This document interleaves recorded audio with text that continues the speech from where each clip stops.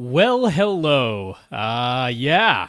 Welcome to Behind the Scenes of AV Rant Podcast. Holy crow. This has been a morning of trying to get this underway here. Yeah.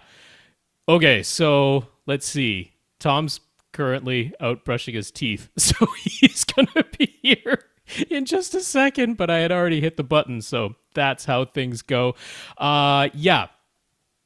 Basically, there was the big Windows update thing, feature thing, said like it was the October update, and that was December, but whatever happened to my computer, and yeah, it completely broke, like, everything. So, okay, here comes Tom. Yeah, okay. Hey, we're already on air there, Tom. Okay, so stop dropping the F-bomb, Tom. Is that what you're trying to say? No, just so you're aware. Just so you right. know. Yeah, I had to click the button. So yeah, okay. Yeah, so this video is going to kind of end up being the end video. It's not what I would prefer, but hey, some video better than no video. Man, this is going to be rough. All right. Is your audio recording? Is it doing all right? Like, that's the main thing. I guess. I mean, it looks all right to me. The reason we have a video is just so we can talk to each other, so we can record the audio. The video's a byproduct. Well, Hangouts are going away very soon anyway, so we're going to be... I know, that's what this... God. We're not going back to What a Skype. mess. I'm just telling you Hell that. no. That's not happening. I am not going back to Skype. No. There'll be something. There'll be a YouTube live of some sort. Yeah. They're not going to completely eliminate that. We'll see. It is Google. There's going to be something. Yeah. All right. Okay. Hey, did you check the donors? They put one. No, I didn't. One name on there. I know we have some too. It's behind the scenes, folks. I did go through the question list this week, so there's, it's not that long. I know. We should be all right. Oh man, we're gonna do 5 and stop just to aggravate you. Exactly. Just to make Rob go crazy. Just to still leave like 7 on the list. Who was the last one? Last were Terry and Jeff. Yep. I used PayPal to pay for parking because I had no choice. So I was in the meeting and I kept like adding 7 minutes to it. So I got to find you. All right. So Jeff. Okay. Daniel and James. Daniel and James. There we go. All right. I already had James on the list. So. Yeah. Okay. Well, there you go. Amazing stuff. You're real content here. This is real. Yeah. This is real stuff. Why does it do this? What is a 120? I keep feeling like I forgot something, but guys, it's because we're not recording our video locally. All right. Are you ready? What a freaking mess. All right, it's going to be you. Yeah, okay. You can go whenever you want. Right. Welcome to another edition of AV Rant. I'm Tom Andry, and I'm here with... Rob H. This is AV Rant. It's your home theater and AV questions answered. This, if you're watching the YouTube video, this is going to be a very rough version. I had the big Windows update, which was like the October update, which finally hit my computer now that it's December. Welcome to December, by the way. Where did the time go? And yeah, so that completely broke everything. So this is going to be a rough video. Hopefully we'll figure something out for next week. I'm done with Minicam because it won't even install anymore. So... Yeah, Robbie texted me, was like, oh, you don't have to worry about your video because we're blah, blah, blah. I'm like, great, no video. I was all on the couch. I didn't mean no video. I was on the couch. You don't have to I had no camera set up. I had no lights set up. I was like, I'm not, I just got out of the shower. I wasn't going to do my hair. I was like, this is no big deal. And Rob's like, oh, wait, yeah, but where's your camera? I'm like, what? I got a new camera. I said everything was totally fine the way it was. You're the one who worried about perched to the side and stuff. Lights and parallel lines and OCD just coming. Out of all the people, do not get to mock me for being neurotic about things. I don't care about parallel lines and stuff like that. You have Sierra 2s all over your studio. Well, yeah, audio I might be insane, but video I barely care. No, that's not really true, but yeah, please. It's all right. So, everybody appreciates that your screen like lines up with the frame of the image now. Yes, it would have driven some people crazy had it been all cockeyed the way it was. Well, I mean, I don't have the lights, so everything's really bad. Whatever. Don't watch the video. That's all I'm going to say. Pretty much, yeah. I'm going to try and put images up here, but I'm just using Google Screen Sharing, which is horrible and puts a stupid little, do you want to stop screen sharing little thing at the bottom that you're going to see all the time when images are up? I'm like, what? Yes, eventually I want to stop, but how about you let me press whatever.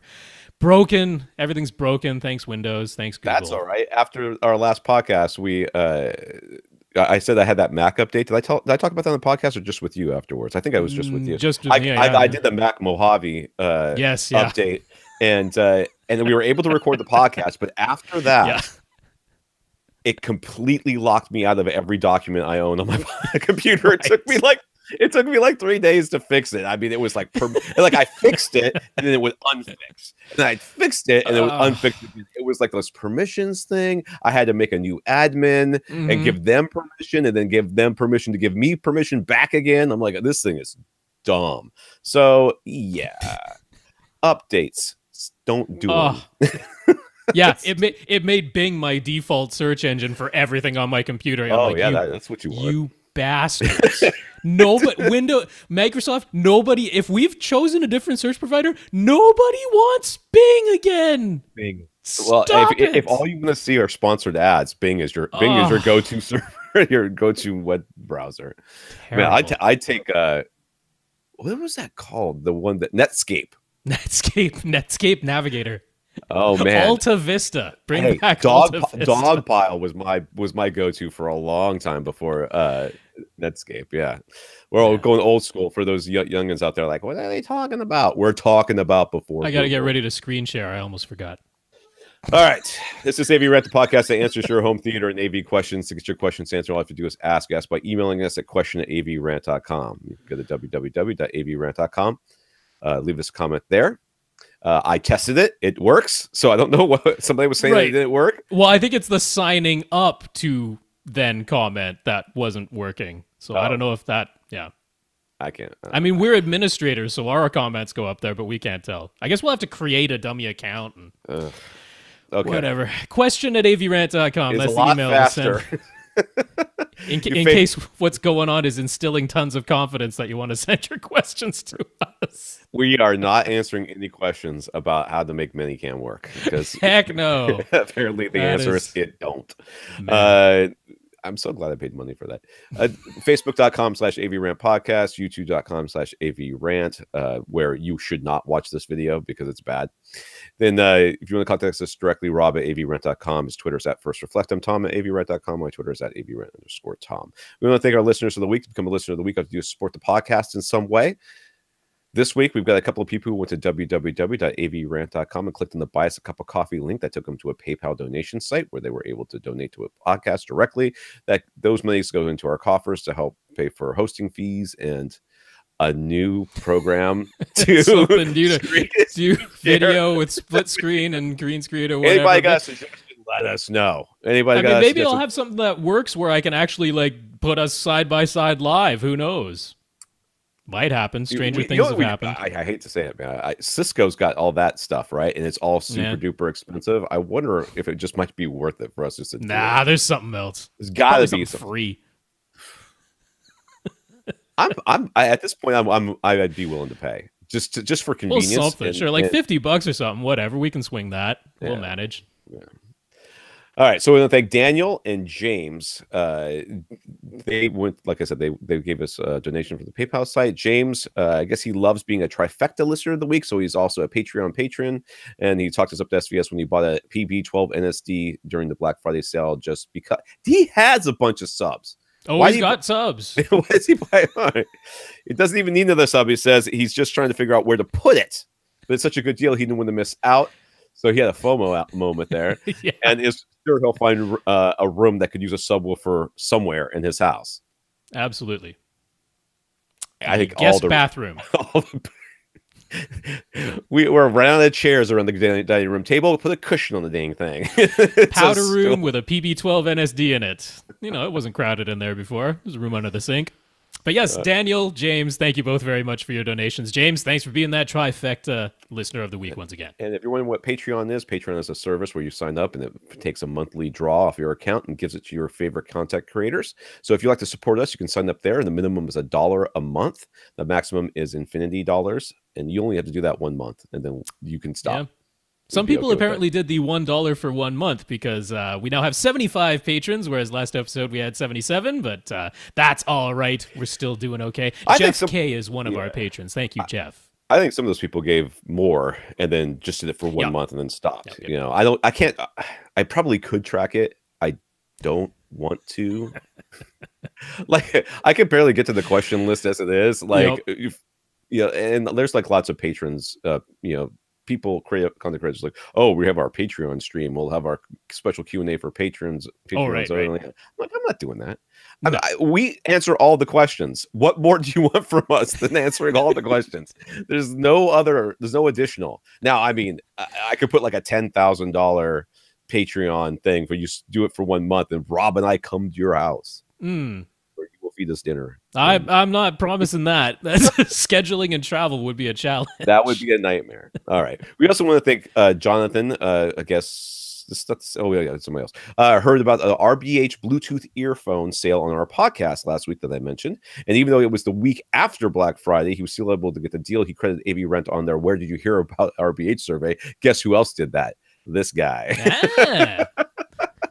And he wonders, why is Cyber Monday even still a thing? It started because people used to have a much faster internet connections at work than they had at home, right? That's not the case anymore, so he just finds it curious. No, it's not curious. It's just any reason to make a little bit more money, get people to buy a little bit more. Well, I mean, once Cyber Monday started, and yeah, as I recall, that was the reason, right? Yeah. It used to be people had the faster internet at work, so Cyber Monday became a thing. But it's like, once they start like getting that money, like more than 1 year in a row, that's never going away. Wow.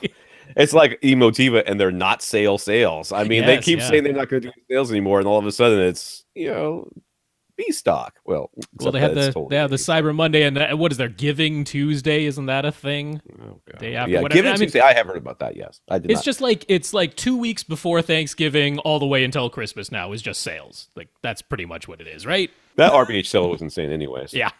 So the fact that they did that is just nuts. They must have. Well, congrats, Jonathan. That almost sounds like another, like, hey, might as well purchase, kind of like James's. So. Right. All right. Good stuff, though. Congrats, guys. In the news, we heard from Austin. His efforts on the SVS PB16 Ultra dual subwoofer setup video have resumed. So, 2020. I mean, we did say hopefully before Christmas. We never said what year, or we probably did say what year. Hey, we gotta stop talking about promising things when other people promise things. If we promise something we didn't deliver, man, oh man. But yes, apparently Austin is the customer service of AV Rant, because the way that got a response, Twitter. Didn't hear from him from email or text or phone or whatever for ages. And then I called him out on Twitter. He's like, oh, people still cared about the video. I'm like, yes, we've been waiting, dude. We've just been being patient. You said you were busy, and then you did like 30 podcasts in 1 month. And I'm like, well, clearly you're not that busy. So where's our video? Anyway, he's back on it. Yay, thank you. That's good.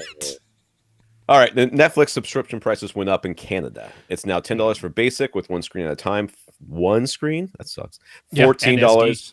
$14 for HD with two screens at a time, and $17 for 4K with 4 screens at a time. Netflix says it's to fund more original TV series and secure more films. Apparently not Daredevil, which just got canceled. All Disney stuff is going. I knew it was going to happen, but that third season, I just finished it this last week, was amazing. Was better than the first season by far. Definitely, it was as good as the Punisher part of the second season, but almost the whole way through. Well, somebody had a interview with a writer who was a writer on Daredevil who had already started working on season 4, and then they were like, oh, well, guess I don't have a job anymore. So it wasn't like super pre-planned. There were people in the production team who weren't aware until it was announced that it got canceled. So yeah, what is there? There's a third season of Jessica Jones in the works and a second season of The Punisher in the works, but I'm pretty sure those are done after that, because Disney's taken it all back and they're going to do new versions on their own Disney Plus streaming service. So that's the end of that. Yeah, I wonder if they'll use. I don't see any reason why they wouldn't use the same actors, other than they just want to completely change the continuity. I mean, wouldn't it be crazy to not have Vincent D'Onofrio as the Kingpin? I mean, he's so good as the Kingpin. Who else could you? It'd be ridiculous. It would be very hard to replace him. He is very good. Yeah. He is very, very good. All right. Anyways, Netflix is raising their prices to fund more original TV series and secure more films. Meanwhile, Crave TV now offers Crave Plus packages for $20 a month. That basically includes HBO without needing a cable TV subscription. And Disney Plus is expected to launch next year, close to the same time it launches in the US. So if you're in Canada, that's what's going on. I'm debating it now. Like $17 for that 4K thing. I'm like, I don't use it that much. I've been in Hulu. I after just decrying Hulu for their stupid commercials for so long, and then actually getting Hulu and spending the extra $3 a month not to have the commercials. Yeah, Hulu has been. We've spent more time on Hulu than we have on anything else. I can even get Hulu in Canada. So. Oh yeah. Well, I mean, right now, so my wife like gets a series and then we plow through it. You know, one episode at a time. It takes us months to get through some of these things. She watched all of Brooklyn Nine-Nine, and then she went on to watch all of Cougar Town, and now we're on Community. So we're still in season 1 of Community. So we're going to be doing that one for a bit. But that's worked well. Netflix has been a little bit more. I mean, because they come out a lot later, we've already watched a lot of the stuff on Hulu, so it's just behind. Plex and Tidal have teamed up. You can integrate Tidal into your Plex interface. Includes music videos. They still make music videos. Yeah, they do. Did not know that. $10 a month for lossy, $20 a month for lossless, and Plex Pass is included. Whatever that is. What's a Plex Pass? Yeah, so the Plex Pass gets you all the latest features, plus I believe their DVR service, if you're using that. Yeah. That's part of the Plex Pass. So that's only if you're getting the $20 per month plan for the lossless version of Tidal. They will include a Plex Pass in that. If you're doing the $10 per month plan for the lossy version of Tidal, you do not get a Plex Pass included in that price. That would be extra. I don't see any reason to do this, but anyways, if you already have a Plex Pass, you get a $1 off either plan. Which is great for the lossy version, because that's a 10% savings. Not much of a deal for the lossless version. It's in fact the better deal. Like I bought a lifetime Plex Pass, so the best I could do would be $1 off. But if you were doing like a yearly or a monthly Plex Pass before, the better deal, if you were going to go lossless anyway, would be to do it just for $20 a month. So anyway, that's good.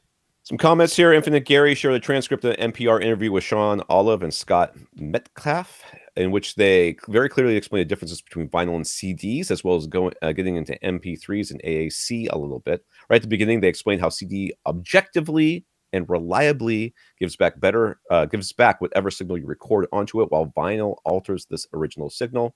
Sean Olive describes working at NRC, testing loudspeakers, and how vinyl was a limiting factor, while CD provided a more reliable and accurate medium.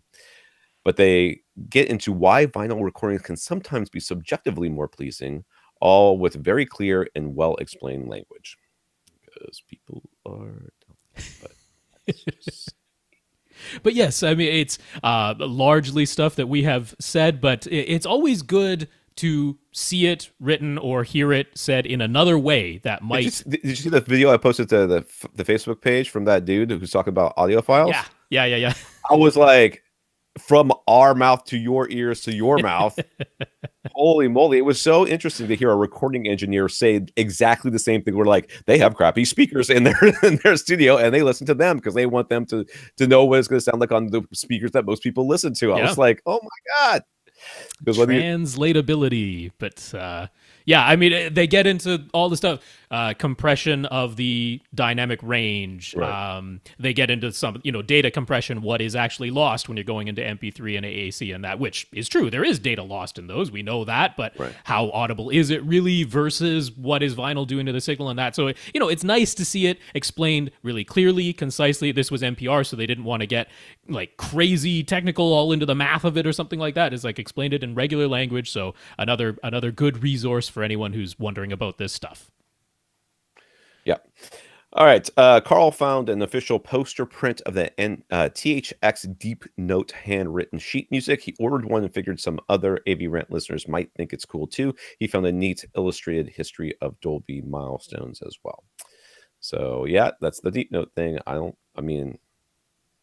Yeah, it's a poster. Yeah, it was the handwritten sheet music for the Deep Note, now in poster form for the 35th anniversary. And then there were some they went to an artist who I mean, they're mostly like text, but they're written up kind of like posters, and then they're putting text of what were some of the achievements, milestones that Dolby had in their history. So it's kind of cool to see what movies introduced some of the technologies that Dolby developed. So between THX and Dolby, maybe you'll get yourself some cool posters to decorate. Yeah, not bad. Jonathan, on the topic of alternatives to cable companies DVR, Jonathan wanted to mention the various streaming live TV services, almost all of which include a cloud DVR. There's Hulu with Live, YouTube TV, PlayStation View, Sling TV, DirecTV Now, and others. Jonathan went for the YouTube TV for $40 a month. He's very happy with it. Of course, not all cable channels are available or included, but CNET is keeping an up-to-date list so you can compare and get the service that fits your need. This is a rabbit hole I kind of don't like sending people towards. I have a friend who, he was actually the one who got me into Hulu, who's the one who signed up. He signed his Hulu account over here, and it worked for a long time. Then it stopped working. That's why I got it myself. But he is a huge college football fan. So he needs in quotes to see the games, is Florida State in particular. And between that and then also the whatever package live TV, and I think he was watching Game of Thrones, so he added HBO onto that and got some sort of deal, where like they sign you up for like 3 different things, and for the first 3 months it's free. He was paying more than he was paying for cable. Right. Now he was getting more than he was getting for cable. Okay. I mean, he was getting more services. He never had HBO or any of those other things before, but he was paying more than he was paying for cable. I'm like, you're missing the point. I'm paying for Hulu and Netflix basic, which is like $20 a month out of pocket, or maybe $22 a month out of pocket, plus my internet service provider, which I would have paid for anyways. Right. I'm coming out way ahead on this deal. Whereas, you go down this rabbit hole and try to get all these other things. Now, if this is something you want, and you want a cloud DVR service, Hulu does work. It doesn't save it forever. No, and nor does YouTube TV. That 9 months on YouTube TV is how long the DVR lasts. So so it's not quite the same as having a physical DVR that you can manage. It's sort of, because it's in the cloud, you're like, oh well, it's there, and then you look for it and it's not there. Depending on how things have gone, or if you record, you're like, oh, I like this new show, and it's like, okay, well, it's in syndication, so I'm going to record everything. Yep. Suddenly all your, and it starts kicking out the older stuff, which is the stuff you just haven't gotten around to watching yet. So it's a little bit harder to manage, in my experience. Now, does that mean that it's not doable? No, of course it is. You just have to be a little bit more savvy about it. Yeah, I mean, it's really about, are you going to get all the shows that you want to watch? That's really what it breaks down to. And of course, the idea of the streaming live, that's for, I mean, it's mostly for sports, right? Really, that's what it's mostly for, is being able to get ESPN actually broadcast live. Because otherwise, most people are fine. If they really don't want to pay for cable, they could even just buy the shows individually or something. So it's mostly about getting that live sports. And if the channels work for you, if you're getting the content that you want, then you definitely could potentially save money versus having a cable subscription. So, I mean, it's nice that CNET has this list, basically all the major of these streaming live services, showing you what channels are available on each of them, including like if a channel is available, what will cost extra over the basic subscription plan and that. So it's really nice that that's there, makes it so that you can do that research fairly easily and find out if it's right for you. Right. So Mike on Facebook says, thanks for our help discussing his long HDMI cable woes and his Odyssey mic extension cable. He'll be doing some returns and swaps, but wanted to note that none of the problem cables had actually been pulled through the shared bulkhead yet. This is the guy who had that super long run, and the 50-foot cable worked just fine. 60 feet, yeah. 60, and then once he plugged, it worked fine, and then all of a sudden it didn't work fine. So once he actually strung it the entire distance from his equipment closet, which is 60 feet away from his actual theater, that's an odd thing to have happen. That when you plug it in, they're next to each other, it works, and then you stretch it out and it doesn't work. I don't know. It just seems just enough interference. I mean, just enough. Yeah. Once you stretch it out, that cable is an antenna, and even though it's slightly shielded, you got 19 teeny tiny little twisted pairs inside of an HDMI cable. Not the best design. So still in favor of going fiber optic for that kind of length. All right, let's get to the questions here. Miguel, is there a way to EQ the zone 2 output of a AV receiver, assigning the surround backs outputs to his Marantz SR8012 to Zone 2, he could use basic treble and bass tone controls on the Zone 2 speakers, but not full EQ or Odyssey. Is there some way to have full EQ? Well, yeah, if you're using it, I mean, if you're using the internal amps of the receiver, right, then no. Then no. But if you connect it to an external amp, then you can use the mini DSP. Yeah, that's pretty much it. You'd have to do the Zone 2 pre-outs, and then, of course, you can then feed that into an external EQ of some kind, the mini DSP we like, because it's under $100 and easy to program, and you can tune it to your taste, and that is definitely a full EQ. There also is a Dirac version, just for 2-channel, so if you really want to do that, of course, it's much more money. It's $400 at that point, but that gets you full Dirac automatic equalization just for stereo. That's that version, but certainly could be done. So if you're like, I don't want to do it manually, that is the alternative. It just costs a lot more money. And then, of course, whatever is in Zone 2 now needs to have its own amplifier, either a separate stereo amplifier or self-powered speaker. So how much is the mini DSP? The regular mini DSP is $95. Okay. So if you think of $95 plus the amplifier, whatever that cost is. Yeah, because whatever speaker he's using right now, they're being currently powered by the Marantz, so those must be regular passive speakers. Right. So you would need a separate 2-channel amp, and of course, like the Dayton APA 102 would be absolutely fine for, again, just shy of $100 for that. So you're looking at $200 or so. Now you could go to, and this is a little bit overkill, but you could go to Accessories for Less and get yourself an inexpensive AV receiver that has some level of Odyssey on it, and use that as well. So feed the Zone 2 pre-outs just as a regular analog stereo input into an AV receiver, and then use Odyssey on that. Therefore, you've got your amps already built in. It does the Odyssey for you. It's automatic. Yes, it's another, but you might look at the slimline Marantz. Yeah, so you're saving although those are over $200. Right, those. They would be. You would have to find either some sort of sale. Even on Accessories for Less, they're over $200. But so I mean, it's another alternative there. You may find that especially if you're looking at something like that Dirac, I mean, you could definitely get yourself a nice AV receiver that has, has Odyssey instead. But yeah, as far as using the surround back speaker binding posts and the actual internal amps of that Marantz to power Zone 2 itself, there is not a way to apply EQ to that. You just got the basic treble and bass tone controls. Brian, in general, what's the reputation of Fluence? Being in Canada, they seem like a potentially nice option for affordable gear. My overall impression of Fluence over the years is that they are a very nice option if you are on a very, very steep budget and just want to get as much as you can for your money. And sound quality is not as important as just sound. Okay. I want there to be sound behind me, and I cannot afford other speakers. Then Fluence is your brand. Now, they have many different offerings on their site. Right. And those offerings vary greatly in their quality. So you really have to read the reviews, and trusted reviews too, not just like, we'll go on the website and read the reviews and it's like everybody loves it. Yeah, of course you do. You spent $25 on 5 speakers. Yeah, you're happy with your purchase, but objectively, how good are they? So I mean, I've got when people say that they've bought Fluence, I'm like, I know where you're coming from, and I'm okay with that. I'm okay with you coming from the position of, I'm a college kid, or just starting a family or whatever, and the budget's real tight, just bought a house, and I'd like to get some speakers in here, but I don't have the budget for the big subwoofers and all that stuff. So what can I do to start off with? Fluence is a very reasonable option. Yeah, in my opinion, like Fluence as a company, I give a very good reputation. They are reliable. They respond if you ask their customer service questions.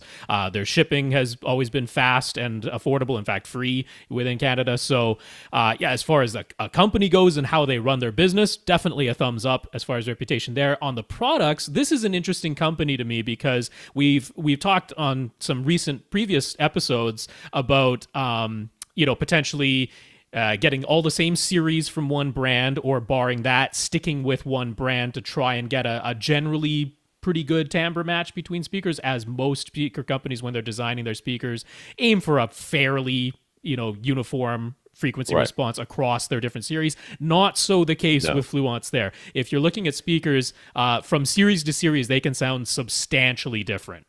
Yeah, some So it's to me are more of the quality. Yeah, some of them are internet direct, quality, meaning that you're getting a lot of bang for your buck. But some of them are more van direct. Like white I van in don't the know if park. I'd go that low, but Some of them are. Some of them, to me, I look and I go, "Ooh, that doesn't look so good."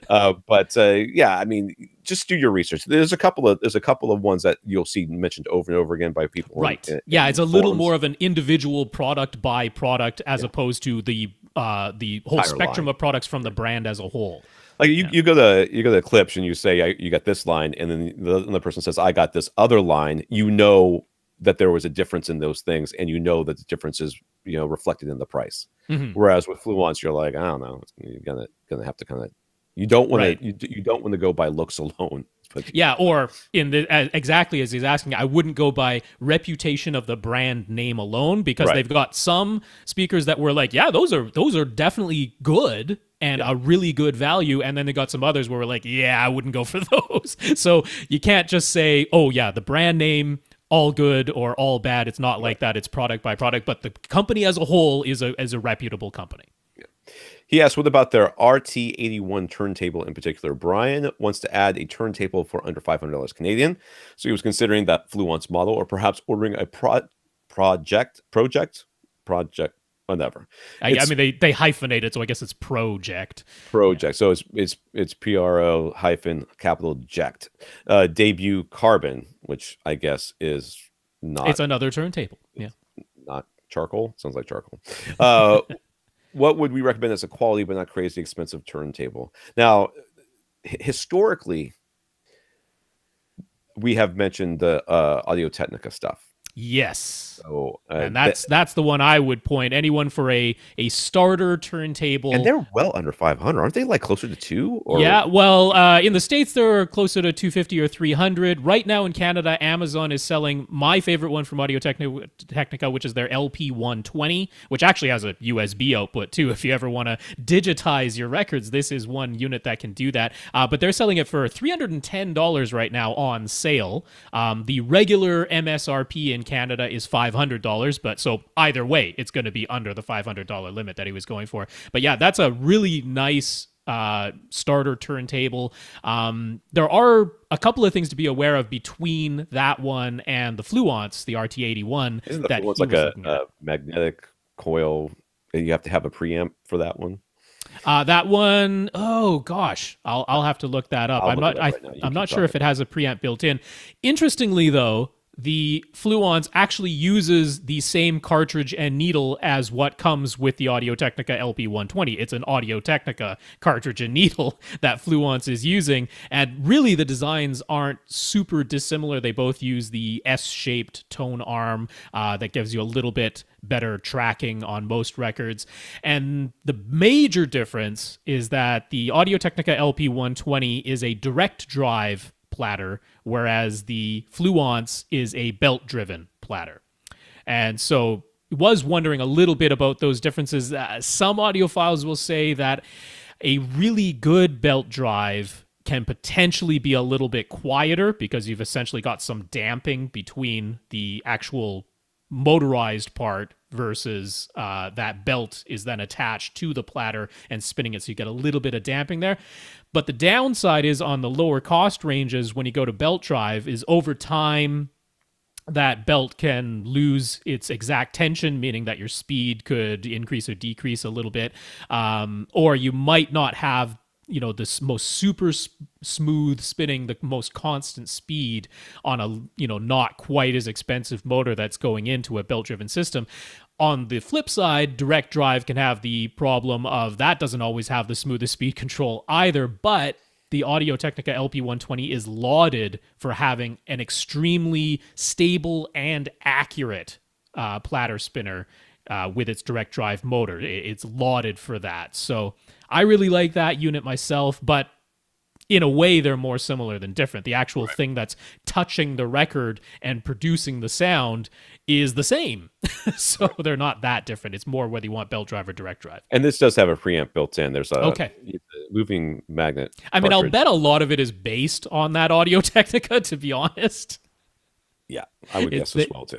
They pretty much just swapped out a belt drive for a direct drive instead. So yeah, I mean, the Fluence one is like 325 Canadian dollars. So this is not a huge difference in price either way. Right. Yeah, I lean a little bit more towards the direct drive. Plus, the Audio-Technica has a few extra features that the Fluence doesn't have, including that USB output if you ever do want to digitize. So that's the way I lean, but I certainly wouldn't give a thumbs down if you went with the Fluence. It doesn't sound like it. I mean, if you looking at the pro reviews and looking at the even some of the buyers' reviews, it all seems like this is a pretty quality unit. Yeah, and you might just like the looks better because they look different. And that would be a perfectly valid reason to buy it. Rob makes some technical comparisons where the Audio-Technica seems to come out on top, but I think that in the end you would probably be happy with either purchase. So, take a look at both. You decide. Let us know what you do. Chris, comes from Twitter. Chris got a pair of SVS PB12 NSD subs during the Black Friday sale. Yay, Congrats. It's not a sale. Oh, wait, yes, it is a sale. It's an SVS and Emo TV. SVS, they're okay with sales. They're okay with sales. They don't care. Like, and they are huge, he says. Yeah. Yes, we know. We tell people, build the box. PB12 NSDs is not a small sub. It's like, 30 by 28 by 22 or something. They're huge. There was some guy on YouTube, I even ended up blocking him because he was all over the place leaving nasty things. But he's like, why do you keep saying, build a cardboard box? We can take the measurements. We can figure out how big the box is. I'm like, because people still buy them and go, oh, that's bigger than what it looked like when I put a tape measure out there. No one's going to come to your house and make you build a box. Okay? No one's going to do that. But if you build the box, it is a significantly different experience. This is not me saying, oh, well, up in my ivory tower, as if I had such a thing, up in my ivory tower. I took the tape measure. Yes. I put it in my spot.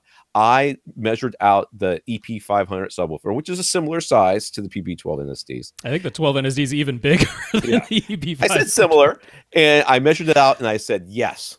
This will be fine here. It will not be too big. It'll be great. It got there. And I went, damn, that's a big sub. You know what I mean? It just the physical weight bigger. Of moving it. Yeah. It's just not the same as seeing it actually sit there. And you're like, okay, it's going to come out to right here. Yeah. Well, your mind, you're still cutting off all the corners and kind of it's not the same. So if you don't want to build the box, no one's going to make you build the box. But don't come crying to us that the subwoofer's big. And this was not Chris that I'm complaining about this. It just reminded me of that. No. But we do this not because we do this because we love. That's right. Not because we're mad and from personal experience, that's really where it's coming from. All right. So to fit one on his front wall beneath his projector screen, he had to put it on its side. That's okay, right? 100% okay. The subwoofer does not care. Absolutely okay. All of the SVS subwoofers, you can put them on their side, including the cylinders, which a lot of people wouldn't necessarily think to do, but even those can be put on their side just fine. The only time I so I had this TV stand thing, and we had a CRT TV. This is when I first got my EP500, and I was trying to find a place for this EP500 because it was so much bigger than I thought it was going to be. And I actually put on its slide and slid it underneath the TV portion because it was, I took off some shelves and I slid it underneath there. And the magnet was so strong. It's not shielded that it completely screwed up the TV. I was like, can I live with it? My wife's like, will you move that thing? Like, okay. All right. So yes, you can put it on its side. And yes. Honestly, this is kind of universal. I mean, not all subs can be put on any edge, but taking a sub and putting it on its side, unless it has a side firing don't actually lay it on the driver, right? But other than that, as long as you're laying it on a flat side that's not like the back where all the connections are, or where the driver is, or where a passive radiator is, or a port is. Don't lay it on the port on the floor. Yes, that's fine. Now you will want to think about feet. and how to damp this thing because you're now no longer on the little rubber feedy thingies, right? Now, the other thing you have to remember too is not though. A lot of times, and I don't know if these SVSs are the same, but I know that EP500 was if you took the feet out, the holes went all the way through. You basically created 4 itty bitty ports, and I was like, "What is this noise?" Because I got the Subdued platform to put this thing on, so I'm like, "I'll just take the feet off," and it was like, this noise good. It was insane.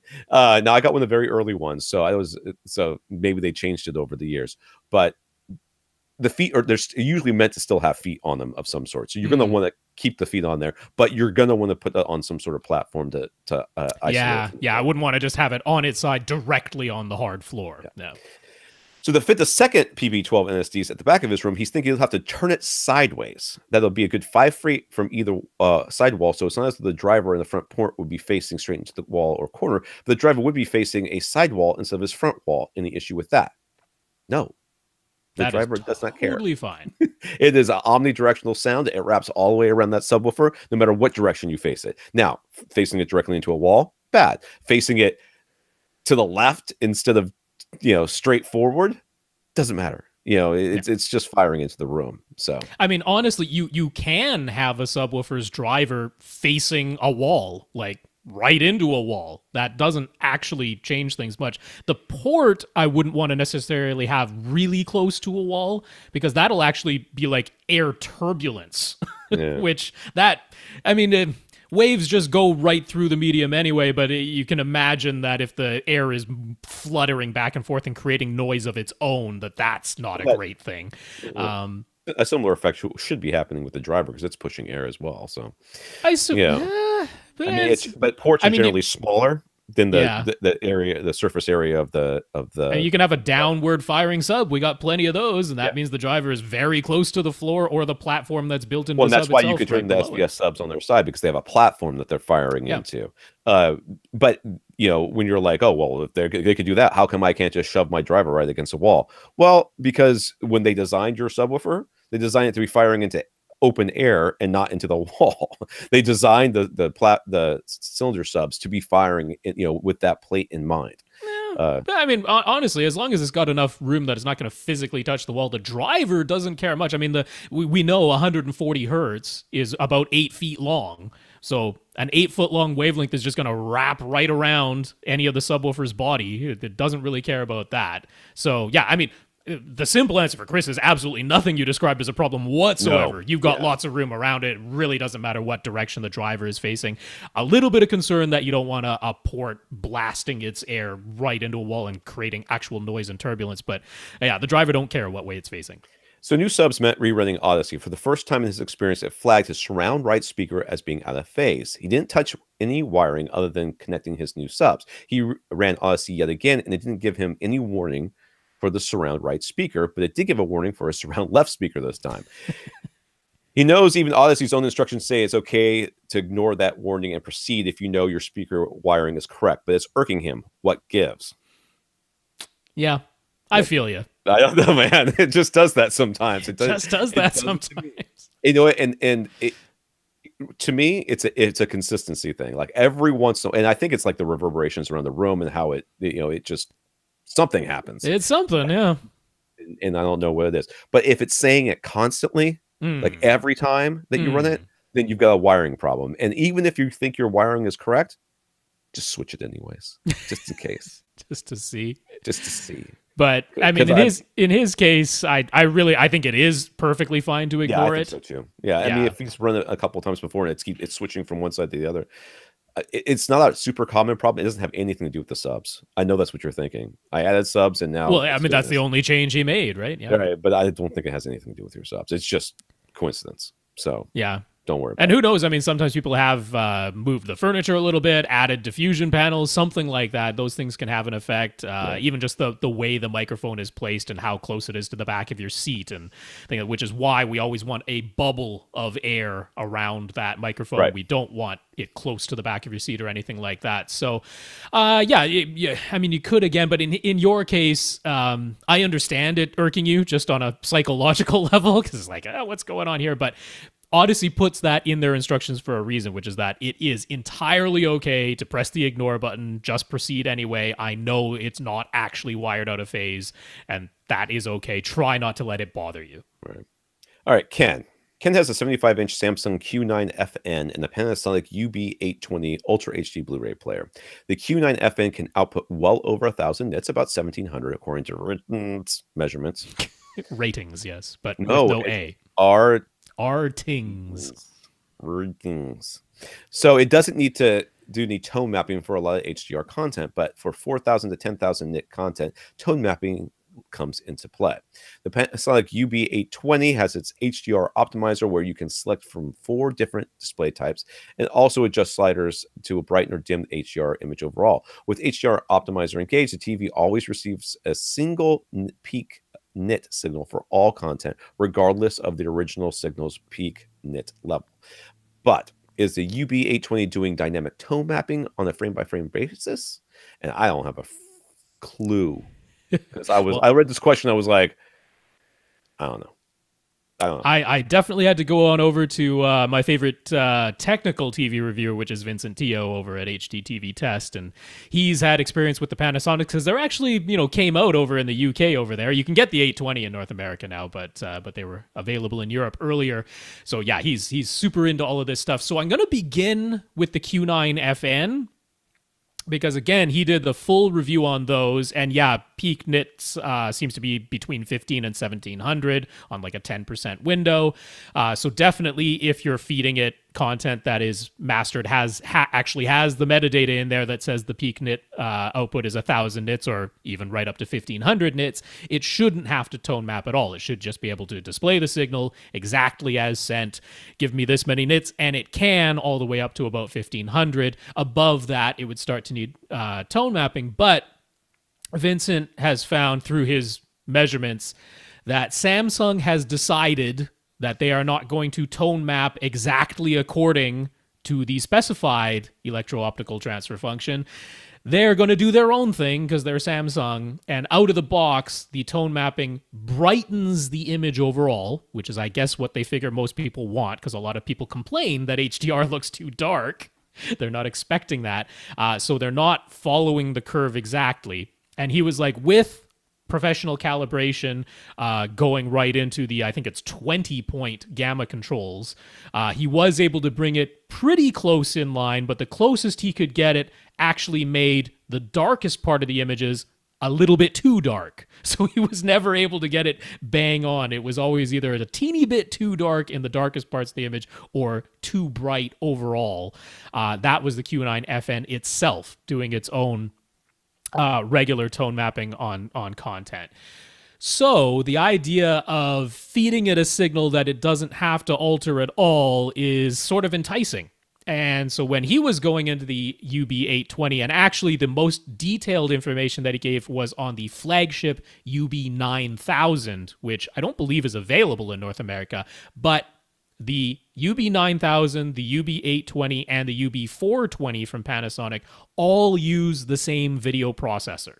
So as far as what they do with HDR to SDR conversion or re-tone mapping, which is what Panasonic calls it, is re-tone mapping the signal, they all do that the same. So he gave some really detailed information on the UB9000, and it is not analyzing the signal on a frame-by-frame basis. It is not doing what LG's OLEDs or what Sony's Master Series OLED are doing with HDR10 signals, where they completely ignore the metadata and just literally look at the signal on a frame-by-frame basis and do their own dynamic tone mapping. Not doing that.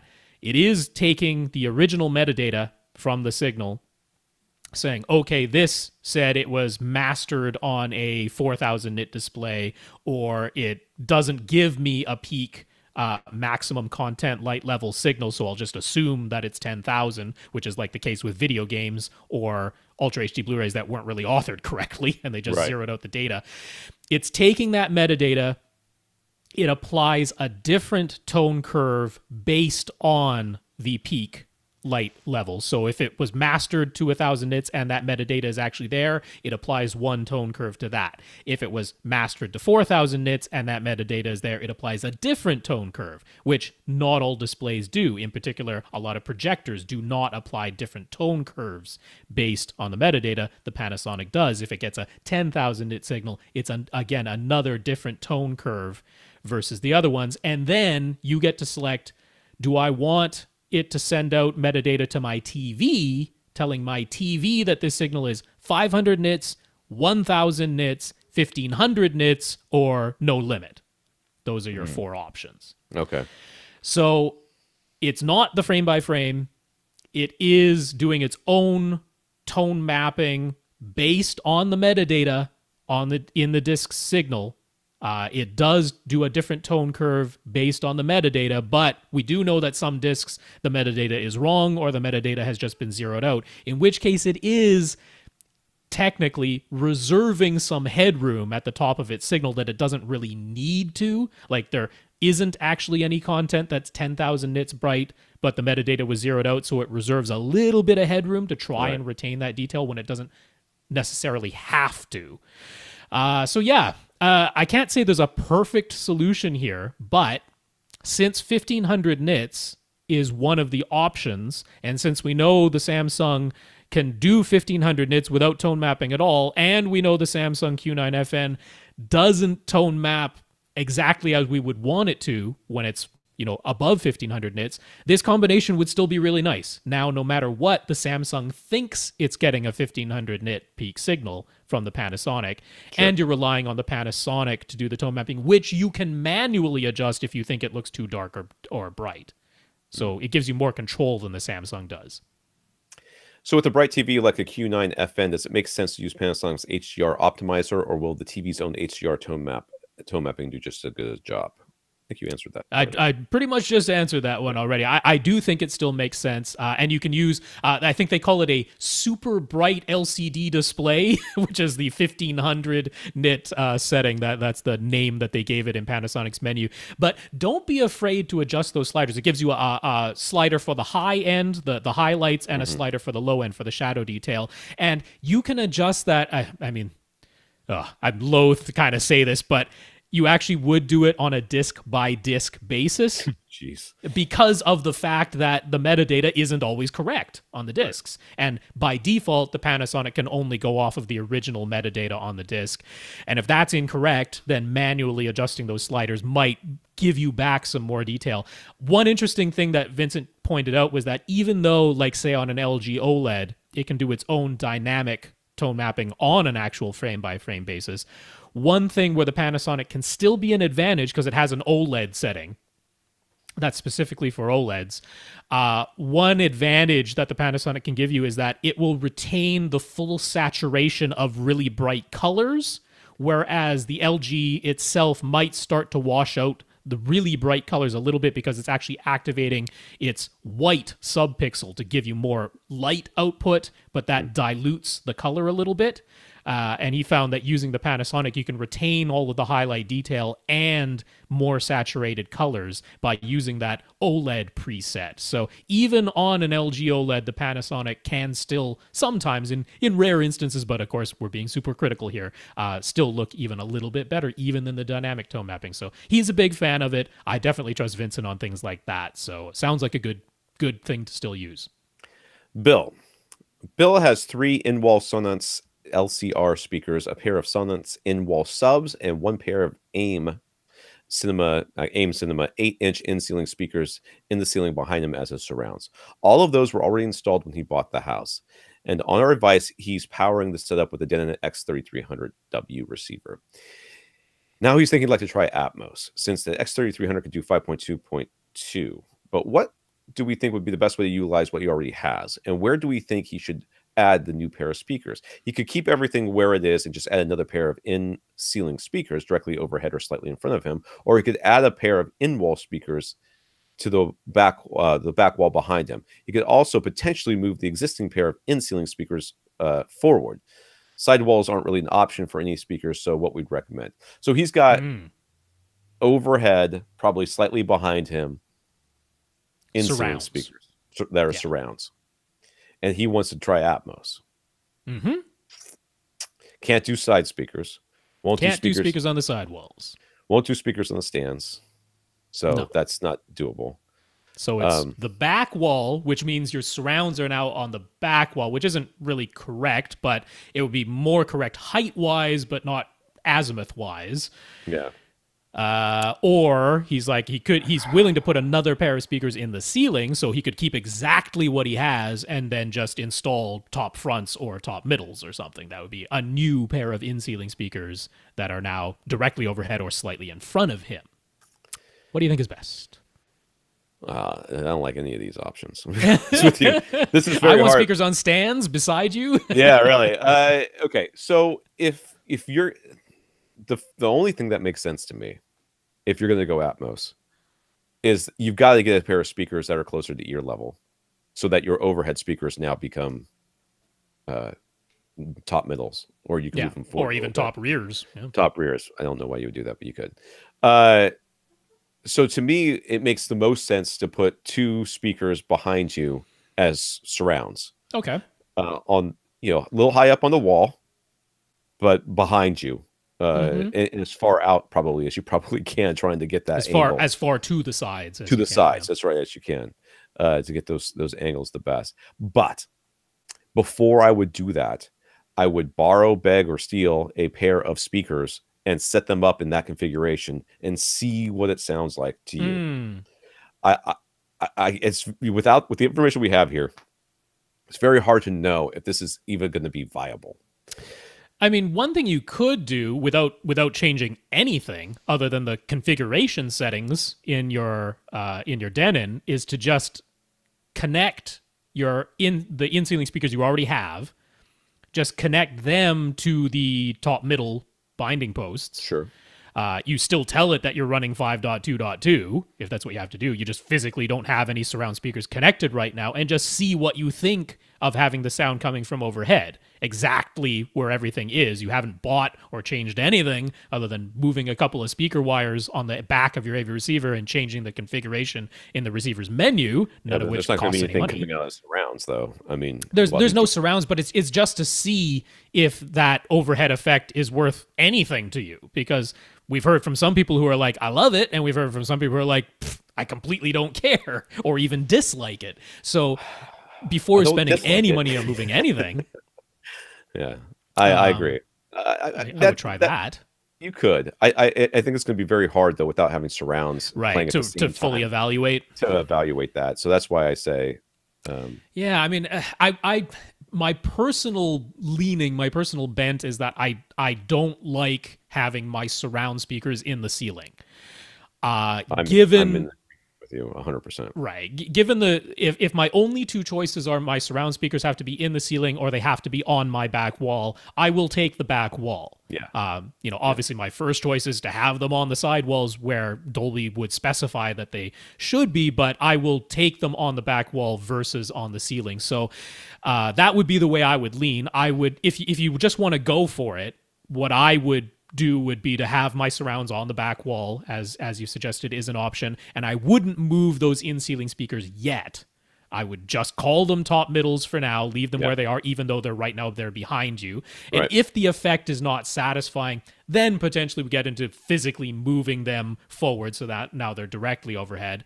But other than that, that's the way I would go at it personally. But it's tough to say that that's what everybody should do, because this is some personal taste. And we don't know what his room looks like either, so you know, this could not be very viable anyways. Yeah, it kind of sounds like he doesn't have side walls, so that seems to be the thing. So what in-wall or in-ceiling speakers would you recommend? Well, he's already got Sonos and AIM Cinema, whatever those are. So if you're already using those and you're happy with them, then get those. But I mean, certainly some an extra pair of Sonos speakers in your back wall. Yeah, that'd be great. And now, is that overkill? Because Sonos isn't cheap. Well, we don't know how far away he's sitting. That's true. I mean, without knowing that, it's very hard to evaluate, what kind of speaker. I mean, are you sitting 2 feet away from your back wall? Are you sitting 20 feet away from your back wall? Because that makes a big difference in what speakers we're going to recommend. So, maybe let us know that.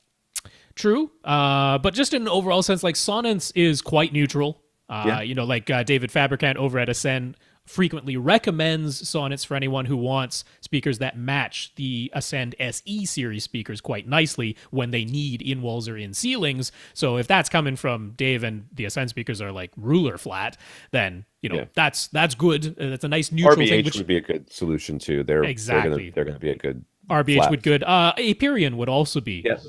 Would also be good. So Aperion is very affordable. You know, $300 a pair is what you're looking at there. If you're going with RBH, and actually I heard an RBH representative say it is as Visage, not Visage. So we're going to say right. Visage because RBH's own people said it. But if you go with the Visage A series, which, as Tom pointed out, if you're really far away from your back wall, I wouldn't necessarily, because they don't have the highest power handling or the highest output, but if you're not that far away from your back wall, the Visage A series are right around $350 for a pair. So they're not drastically more expensive than the Aperions. But yeah, those would be great options that should match really well. Like, for example, if he just doesn't have a Sonance dealer that's, you know, close to him and easy to get to or something. Yeah. We don't know. But assuming that, I mean, this was what was put in the house when you bought it. So I'm guessing there's a Sonance dealer not that far away. I bet you know him by name. Yeah, so. But I mean, like, you know, sometimes their speakers are like $800 a pair or something. And it might just you don't need for surrounds that are in your back wall, probably don't want to pay that much. $300 is much more reasonable. And I'd have no qualms putting the Aperions in there. Yeah. Jim has an Oppo 203 Ultra HD Blu-ray player, an Apple TV 4K, an Epson 5040 UP projector, and a Denon X4100W, which is just old enough that it does not have the full 18 gigabits per second HDMI 2.0 ports or HDCP 2.2. That being the case, he has this Oppo 203 sending video directly to the Epson projector while using the audio-only HDMI output on the Oppo to connect to the Denon. And for physical discs, that works perfectly. So when connecting his Apple TV 4K, he figured he could use the Oppo's HDMI input to split the audio from the video for him. And that does seem to work when he's just in the Apple TV's 4K menus. But as soon as he starts playing a 4K movie, there's picture, but no sound. Yeah. Any thoughts on how to fix this, or does he have to tell his wife that he needs a new receiver? It's a very odd and very specific. Now, I'm assuming that it's just content. It's not once he gets out of the menus. It's not like only in 4K does this happen. It is right. Yeah, 1080p, or you know, the stream dips down to 480i or something. Right. I assume that's what it is, and it does sound like that it's just not going to work. I don't think. Yeah, I mean, I one workaround that. Well, okay, so I got a few things to say, but one workaround would be, I believe, if you were to set the Apple TV 4K to only ever output PCM, I'll bet you that works. Okay. Because the menus are definitely PCM audio. And if that's the case, though, he's going to lose Atmos. He's going to lose. He's going to. That's the problem. That's probably one of the reasons you got an Apple TV 4K is that you want Atmos, because they actually have a lot of Atmos content on iTunes. Yeah. But he's going to lose surround. I mean, any sort of. Well, no, but not PCM. Yeah, it'll do full decoding. It'll give you 7.1 PCM, but it won't give you Atmos. But I'll bet that's what the issue is, because I'm thinking. What's probably happening is when the Apple TV 4K is switching between different audio bit streams, that often does involve a new HDMI handshake, and it's probably only handshaking with the display, and it's not figuring out that like through the Oppo, the video and the audio are being divided. It's doing the one handshake with the Oppo, and unfortunately the audio is getting lost in there, and there probably isn't a way to really get that working. The Apple TV 4K doesn't have a setting like the Xbox One has where you tell it to output Atmos and everything comes out in Atmos, which, I mean, that's not really desirable either, is it? But I'm pretty sure that's the cause of this, is that the switching of the audio formats, requesting a new HDMI handshake, that just isn't making it all the way through the signal chain with this split between audio and video. And therefore, if you just tell the Apple TV 4K to do all the decoding itself and output multi-channel PCM, I'll bet that'll work, but clearly not for Atmos. So the whole question of, do you need a new AV receiver? Well, there's another reason why you could convince yourself and then maybe your wife that you do, is that the X4100W also does not decode DTS-X. So it only decodes Atmos but not DTS-X. So is that enough reason to be like, hey, it doesn't it doesn't decode one of the immersive audio formats, and it doesn't pass through HDCP 2.2. So even though it was a very expensive receiver, I'm going to upgrade it. I don't know. It also tops out at 9 speakers. I mean, it can power 7 and add 2 more to top out at 9, and now you could top out at 11. So I don't know. Maybe those are reasons, but yeah, that's my only thoughts on that one. I don't know if that's any help. It's not the best. All right. Bastion, which just reminds me of Never Ending Story, but Bastion's TV, he's from Germany, by the way. TV area is part of a 23-foot by 26-foot great room with the kitchen and dining area over to the left and the hallway behind. There's furniture and plants and some decoration, but otherwise the room is quite bare and reflective with hardwood floors, large windows on the front wall, and a flat ceiling. No plans to make large changes to the room, like carpeting the whole floor or anything like that. Uses a pair of KEF LS50 wireless speakers for music and movies. He really likes them, and they can play loud enough in his open space as long as he is sitting on the couch, which is always really worried about as far as where this setup sounds best. But he would like some improved bass extension. So he only has the 2 self-powered. Those are self-powered speakers, aren't they? They are, yeah. Those, and his are actually the wireless version, he said, in the quite nice speakers and very nice speakers. Very nice speakers. So these are quality speakers, and this is if you're on YouTube, get off. Just for this episode. It's real bad. Okay. Yeah. But it's an open concept room. There's white walls everywhere. There's hardwood floors. There's no real anything. He's got a couple of rugs here or there, but those aren't really doing anything acoustically. Design. The concentric driver, kind of reduces the room interaction somewhat, but at least where you're sitting, it's going to sound a little bit better than maybe some other types of speakers might. So yes, this is if you had asked me if KEF would be a good speaker for this room, I would have said yes beforehand, but you did not. So here we are. All right. So we're looking at it. So having enjoyed our show for a while now, he's thinking dual subwoofers, but he would very much prefer a place to place them behind the TV where he has plants and decorations that could hide the subs visually. So the little cabinet that everything is on is in front of a window, but it's out. It looks like almost 4 feet from there. So, yeah, about and that, behind that, he's got plants that are essentially in front of the windows to hide, I guess, from people looking inside his TV and stuff. So he wants to put it back there.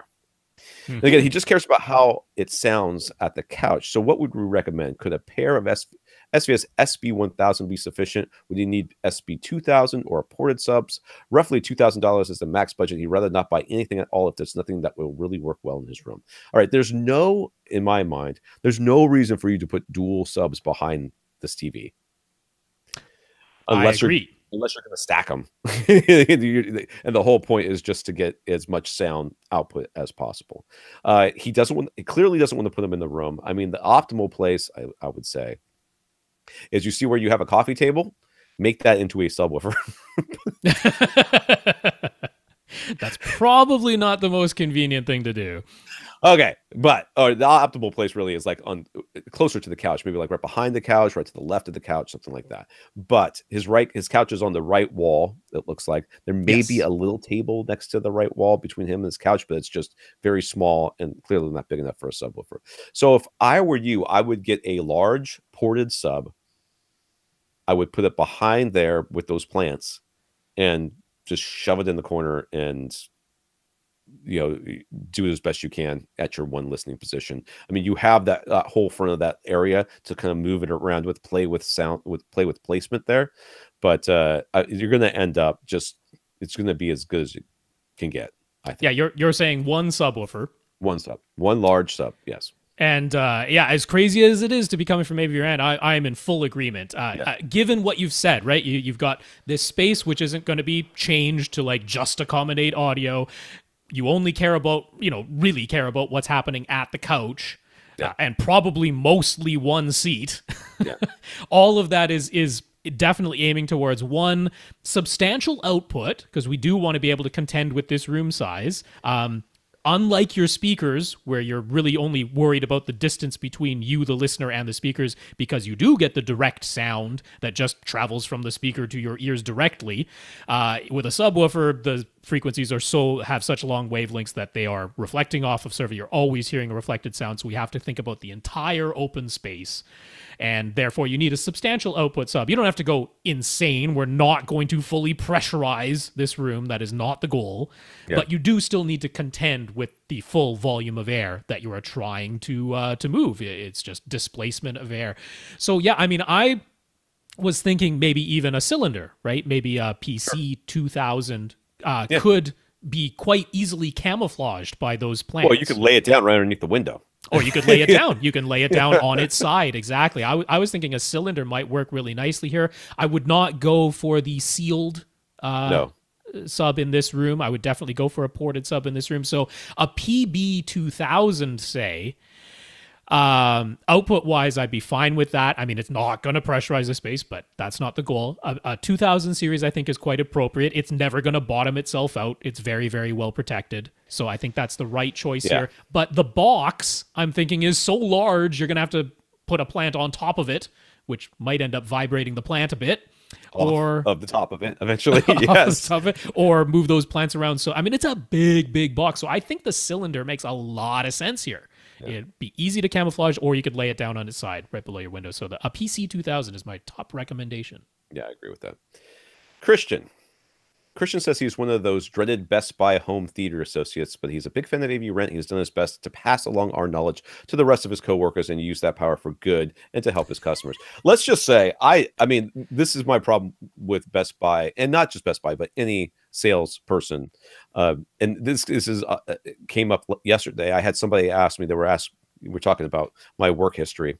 And he was like, well, why don't you ever get into AV sales? You've got the history. You've been doing it for a long time. You've got the experience. Clearly, you've got the knowledge. Why don't you go into sales? I'm like, because people sell things to make money. So they recommend things that make them money, whereas I want to recommend things that sound good and are cheap. Don't want to be limited by available stock. Right. I don't brands we represent. Yeah. I don't want to be like, well, I'm a clip stealer, therefore every problem has a clip solution. I want to be able to say whatever I want to say. So the problem with most Best Buy employees is not what Christian's saying here, which is that that they're dreaded, that we dread them. No, they are being trained by by management, and oftentimes by representatives of the companies that are being represented there, and given talking points, and they follow instructions. That's a good employee. That's what they should do. Okay. But a lot of the stuff that comes out of their mouth is straight up nonsense, and it's not their fault, but it is. It's factually incorrect. It's misleading, or it's marketing speak. Or it's marketing speak. A lot of times it's scare tactics to get you to buy the more expensive Monster brand. I mean, that happened to me in Radio Shack. Some guy was like, I don't remember what he said, but it was something along the lines of, well, you can get this other stuff, but if you want the stuff that really works, you got to get Monster. I looked at him like, it's a component video cable. What do you think that this one can do that one can't do? Well, this one's just better quality. Okay. Yeah. I mean, I do think it was probably like in Canada, we used to have Future Shop. They got bought by Best Buy, and now Future Shop is gone, and it's all just Best Buy. But Future Shop was commission sales. Yeah. Best Buy never was. So when it was commission sales, like I worked at Future Shop for a while, and I was the guy where, regardless of what time of year or who was running the promotion or who was paying the higher commission at a time, called them spiffs. Regardless of that, I just wanted to get the best product for my customers. That's the way I came at it. But everyone else who worked in my department, if Sony was running the highest spiff this week, guess what? Everybody was getting a Sony. If Samsung was running the higher spiff the next week, all of a sudden the Sony's terrible and everybody's getting the Samsung. And some customers noticed that because some of them would shop across more than 1 week before they actually made their purchase. And they're like, wait a second. Right. So I don't blame Best Buy on that because they've never been commission sales. So that wasn't there. But it's that type of thing when you get into sales is you're constrained as a salesperson by by the the higher ups at the company. So yeah, we don't blame you on a personal level at all. That's right. So Christian says for himself, he's working with a tight budget and room constraints, so he wants our help to make the best decision in adding a new subwoofer and surround speakers to his setup.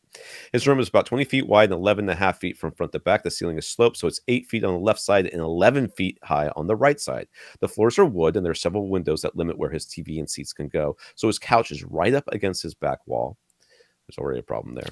The entrance is a double door size opening on the right, but there's no actual door, so this is not enclosed space. So all those dimensions he said are all BS. So they're not. Well, I mean, as far as picturing what the room is, that's still useful. 20 wide, 11 feet from front to back, and a big double door opening on the right that leads out into space.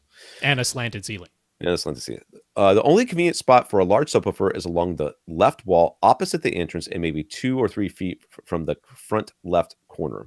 His top considerations are either a PB2000 or a PC2000 cylinder. Will down firing versus front firing make any difference? No. Not a whit. Will having the port on the back versus having the port on the front make any difference? No. I mean, yeah, you've got... I mean, again, we don't crush a port right against a wall or something, but you don't have to either way. You can have, you said maybe 2 or 3 feet from the front left corner, so don't turn the port of the cylinder into your left wall and crush it up against it. Turn the port towards your front wall where it's got 2 to 3 feet of distance. No problem. So the PC2000 would be a bit easier to position, but he isn't sure if the way its port and driver are facing would make the PB2000 the better choice. No, it makes no difference. Like we said. Not only that, the PC2000 comes with the isolation feet included, no extra charge. So that's another great thing. They're the same price. And again, you can lay the thing on its side. You can lay this thing on the side if you really need to. That's right. Maybe you can fit it someplace else. You don't know. You were thinking that you couldn't, but maybe you can. Maybe you can go right behind your TV. Maybe it can go right behind your couch and you move your couch forward. Yeah, that would be a good idea. He's trying to visualize how the bass sound waves traverse and pressurize his room. In his mind eye, he's sort of picturing laser beams or ping pong balls bouncing and reflecting around the room. So even though he has an open entryway, does having the subwoofer on the opposite side of the room, approximately 20 feet from that opening, make any difference? Is it still just as bad as an entirely open concept great room? Now, okay, Christian. So picturing sound waves, picture dropping a pebble into a very still pool of water. Okay. And the ripples go out. Now imagine if you did that, but instead of dropping it into the top of the water, you somehow teleported it to the middle. Okay. The sound waves then go out like in a sphere from there. Spherical. Yeah. So, think of like all the explosions in every single Star Wars movie. Okay. It's kind of how it goes. Now, those sound waves do not care, because they're going out spherically. As soon as they hit something, they're going to start reflecting, back. Just like if you have a border to your pool that think of like a bathtub, right? Yeah. As soon as it hits fill the wall, a bathtub with water. Back. Yeah. And then they start crossing each other. Mm-hmm. This is in 360 degrees. So does having the subwoofer across from the opening make any difference? I mean, not really. It does in relation to what sounds are being canceled out or added to at your seat. So moving the subwoofer around will change that point where it'll change the pattern that the waves create. But the sound itself it's basically going everywhere, whether you want it to or not. It's just, there's no part of that, of the air, of the, in this case, we're talking about the metaphor of a liquid. There's no part of that liquid that will remain undisturbed if you move the sub to someplace else. All of it's going to move. Yeah. Yeah, so, with bass in particular, you definitely cannot picture it like ping pong balls bouncing around a room or something. Or like lasers. That. Lasers even worse. Definitely not that. No, the bass sound waves, again, we're talking, so even down at 140 hertz, which is, the upper end of the crossover region down to the subwoofer, those waves are 8 feet long. That's just to make one cycle. By the time it's made one cycle of forward and back motion of that driver, 8 feet in every direction that sound has traveled just in the time that the driver moved back and forth just once. Right. That's the size of the wave that you're dealing with. And then that is propagating outward, reflecting off of walls, ceiling, floors, coming back on itself and creating like, it isn't the exact right example, but in a bathtub, just looking at the surface of the water, you drop something in there, you see those ripples go out, reflect off the edges of your bathtub and come back, and you see this pattern that forms. And now if you were to cut a hole in the side of your bathtub, those waves are propagating out of that hole just like they're going to propagate out of your open doorway, and the wave pattern completely changes, but it definitely doesn't look like ping pong balls bouncing around that bathtub at all. It's this wave pattern that gets formed by these very long bass waves. So SPL is sound pressure level. It's exactly like water pressure. It's exactly like air pressure. That's what it is that we're dealing with. And you have essentially opened up a big valve in your room by having this open doorway. The pressure has decreased versus if you did have doors. Right. So we are dealing with the entire open space as far as the bass sound waves are concerned. They're just traveling wherever they're able to travel, which includes right out your doorway. And then they'll reflect off of whatever is on the other side of that doorway. We don't know. Yeah. So even though full pressurization might not be possible, could he still get some tactile bass sensation with a 2000 series sub in this setup? I mean, you could. Well, I mean, for like that kick drum and that, you can definitely still get some thump. Are you going to get that sub 20 hertz kick in the chest? So it's not even a kick. Like I always, the sub 20 hertz stuff to me is like tingles. Yeah. It's like feeling like your lungs are moving without you moving them. It's like it doesn't feel like a kick so much. Like that, the kick is like that 50 to 80 hertz. It's that fundamental of the kick drum is in that 50 to 80 hertz region, and that you could still get. And that's a lot of the fun hertz, stuff. Yeah. Right? So you'll feel something. Yeah. It's not going to be quite the same as when you pressurize the entire space. The air being moved in and out of your lungs without you moving your lungs. You will be very happy with what you have. I think so. Yeah. I mean, especially compared to just a pair of tower speakers and no subwoofer at all. Huge difference going with a 2000 series. So I think that's a fine choice. Again, we like the SVSs because they never break and they never bottom out. That's a nice feature of them. So even if it doesn't get quite as loud as you can turn it right up as loud as it will go without fear of damaging that sub. So with pretty much all of his money going towards his sub, he's eyeing a pair of JBL N24 Mark II satellite speakers to use as surround, since he already has, I guess he said HLS 610 towers, but the 610s are bookshelf, so he must mean the HLS 620 towers up front. I believe so, because he was quite certain that they were towers. So those are the 620s from JBL are the towers, and he's eyeing these pair of N24 Mark II little satellite JBL speakers. So he's trying to picture where he can place the surround so they're roughly equidistant from his main seat and still have a clear line of sight to all of his seats. He figures he pretty much has to put them in the two rear corners of his room right up against the ceiling. Dude, how tall is your couch? I know we say line of sight like a laser beam and stuff like that, but let's dude. Maybe he has a way more seating, but maybe just only worry about that couch in this case. 2 feet up in the air is fine. 2 feet above your head is enough. Is enough. You do not usually a foot and a half will do it. Yeah. So yes, you're going way too high. Especially on the 11-foot side. Yeah. No, the way too high. Window placement is part of the problem, and again, sloped ceilings of the left would be 8 feet, to the right with 11. With this placement plus a small size, and even make this worthwhile. No, you got to put them lower than that. I mean, just put them on stands. Heck, man, at this point, I know this is going to sound. I mean, it sounds like this is a college setup, and and I don't mean that in a derogatory way, but like your first entry level setup. Don't overthink this, man. Just. First of all, move your couch away from that wall. I don't care about windows. I don't want to hear anything else about windows. Even a foot, if you can get it away from that back wall. Get them above, just high enough to be above the back of the couch, and then basically facing each other, or maybe just toed into the room just a tiny bit. And that's good enough. Start with that. You're going to be happy. Okay. Don't worry about whether or not it has laser beam line of sight of everybody's earball. Don't worry about that. Okay, because you put them 11 feet in the air. Why on God green earth would they do that? But a foot and a half higher than the back of the couch or higher than your head is fine. Yeah, I mean, he was worried about aesthetics a bit, and he was thinking these have to be wall mounted. But I mean, if there's any way to just put these on stands on either side of your couch, behind your couch and facing each other. It's behind the couch. I mean, nobody's going to see anything back there. I mean, Yeah. and getting yourself off this back wall is going to make all the difference. That looks very normal, a pair of speakers, a pair of small speakers just on stick stands Yeah. that are on either side of your couch. That's not a visual eyesore.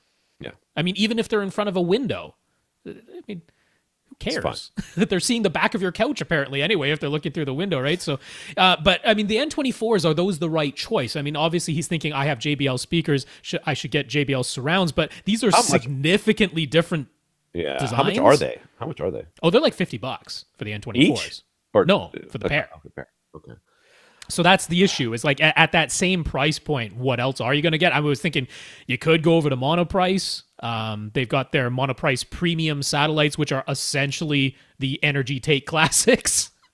I mean, I honestly, love. First of all, when you're in this kind of system, making sure the same brand name is on everything, right, is ridiculous. It's just something that it's not important. Yeah. Well, plus.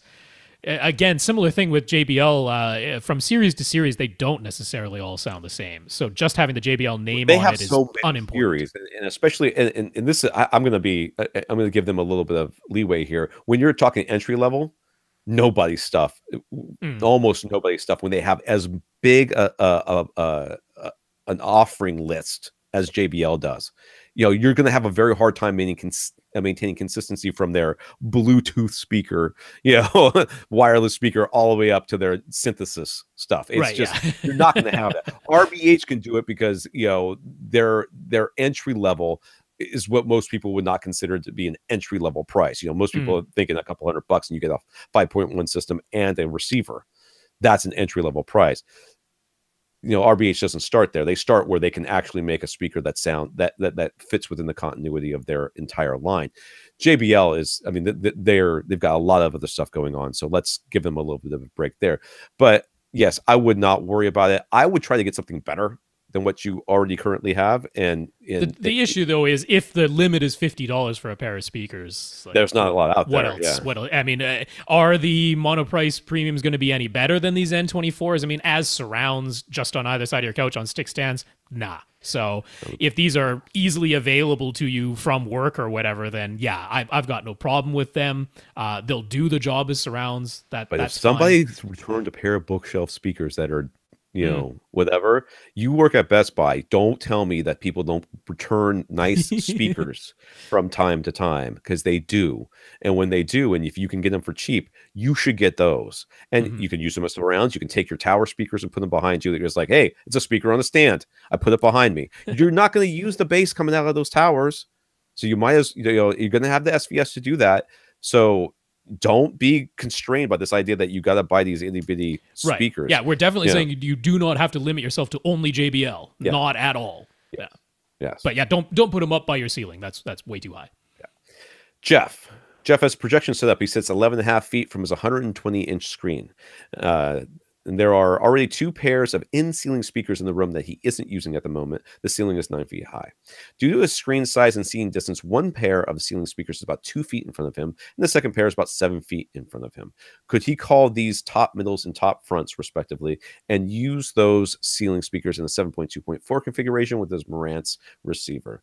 7 feet, 9 feet high. 9 feet high. 9 feet high. 7 feet in front of him. So assuming the typical top of your head is or your ears are about 3 feet off the floor, right? So you got about 6 feet between your ears and the ceiling, somewhere in that range. If they're 7 feet in front of you, that creates a 40-degree elevation angle, which is perfect for calling them front heights. Right. Which, by the way, if the other 2 speakers are more or less directly above you and you're going to call them top middles, you must, in the case of a Marantz receiver, call the front ones front heights. And that all works out swimmingly. I think that, I mean, you've got them up there already. Oh, yeah.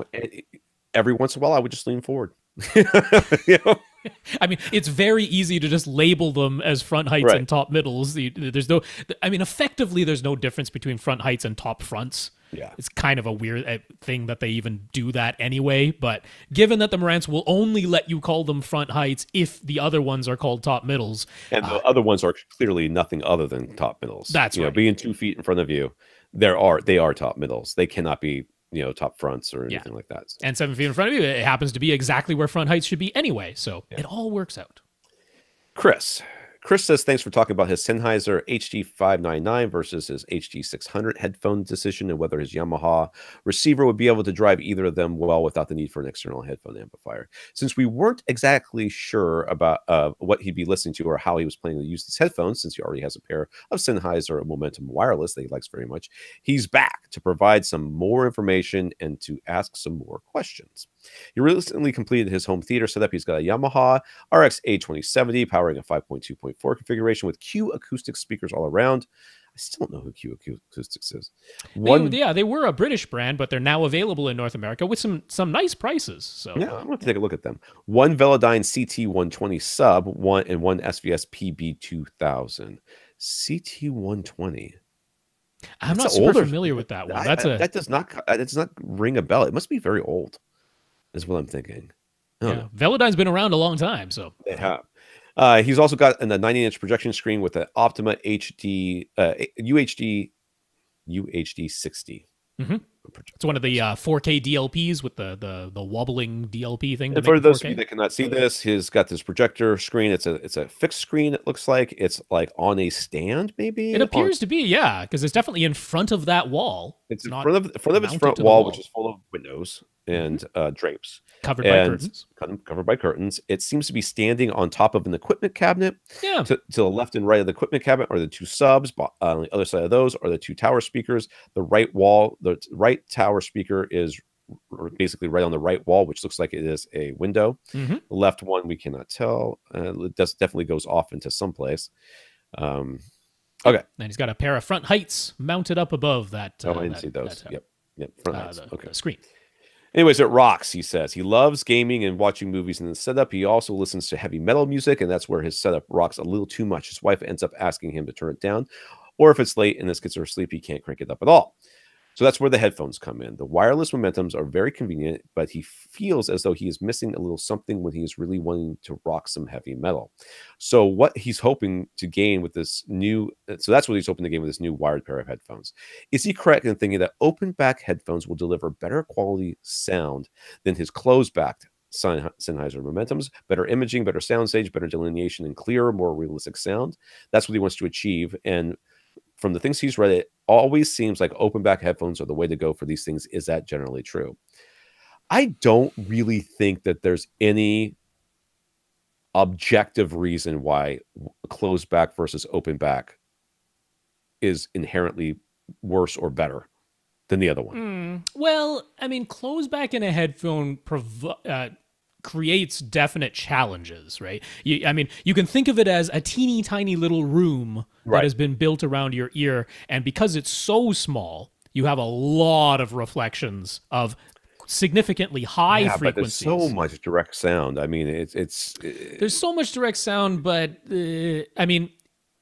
really good closed back headphones have an enormous amount of padding inside to absorb as much reflected sound as they possibly can, which a lot of times people end up not immediately liking those because they don't sound like your typical closed back headphone anymore when that's what you do to them. So designing a closed back headphone that sounds like an open back headphone where you don't have all of those reflection issues, it's difficult. It's not easy to do. I'm going to say, though, that going from the Momentum headphones to an open back headphone design, I would not be expecting an oh my God, this is so much better experience. It does tend to sound different. In a general sense, it does tend to sound... like the Momentums, when I got them, I thought they sounded really quite good, and that was in comparison to the Oppo PM2s, which are open back and planar magnetic on top of it. So really good. I wish they were still around. I wish they are too. But I thought the Momentums were also quite good. Now,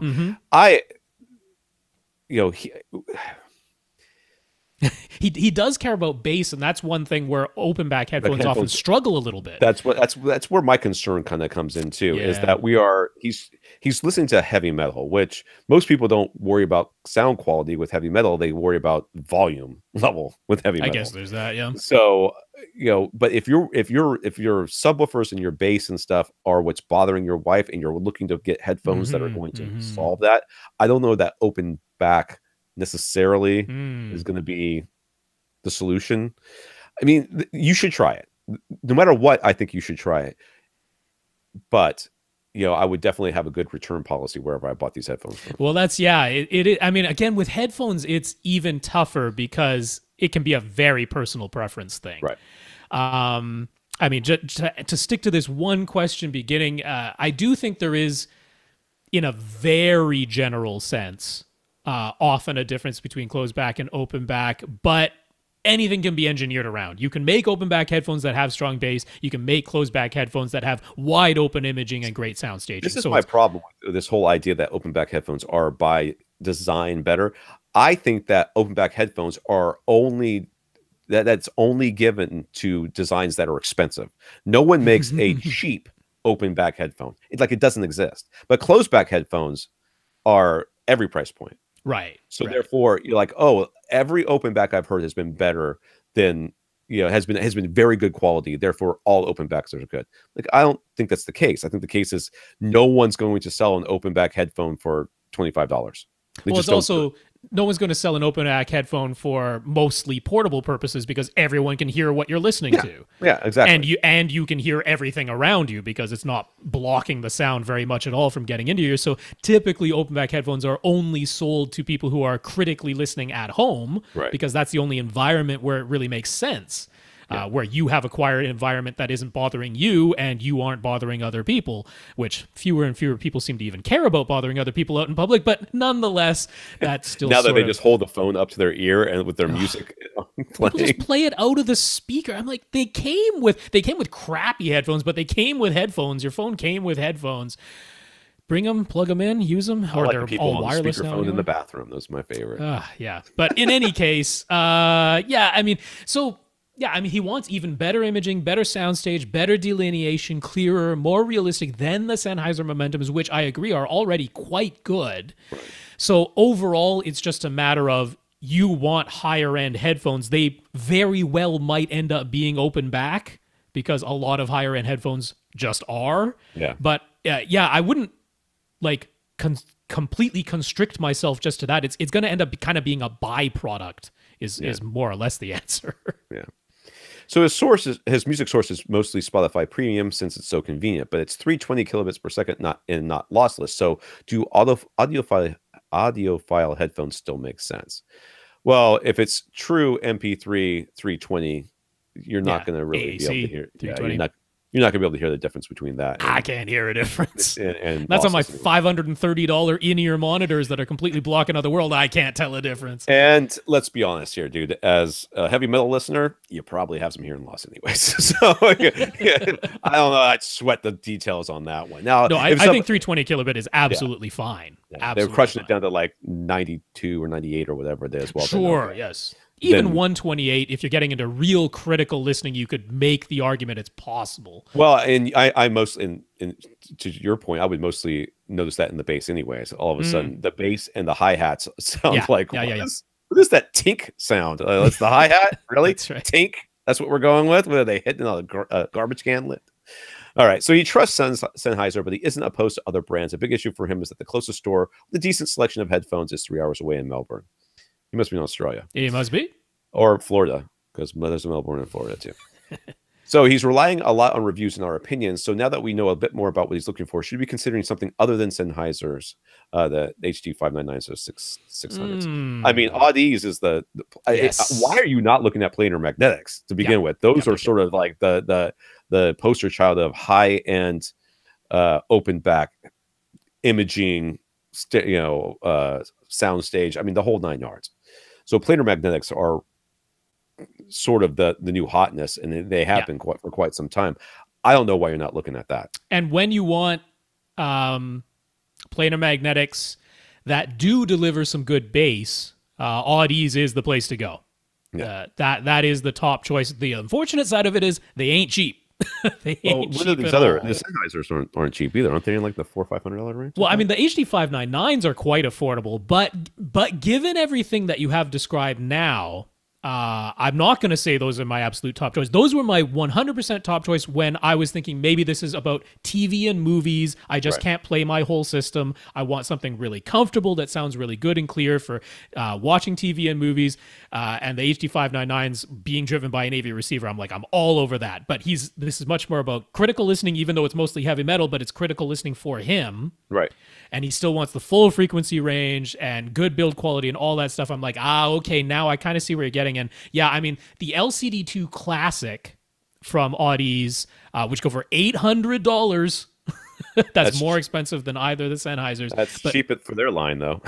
for them, that's quite affordable and really nice build quality on those.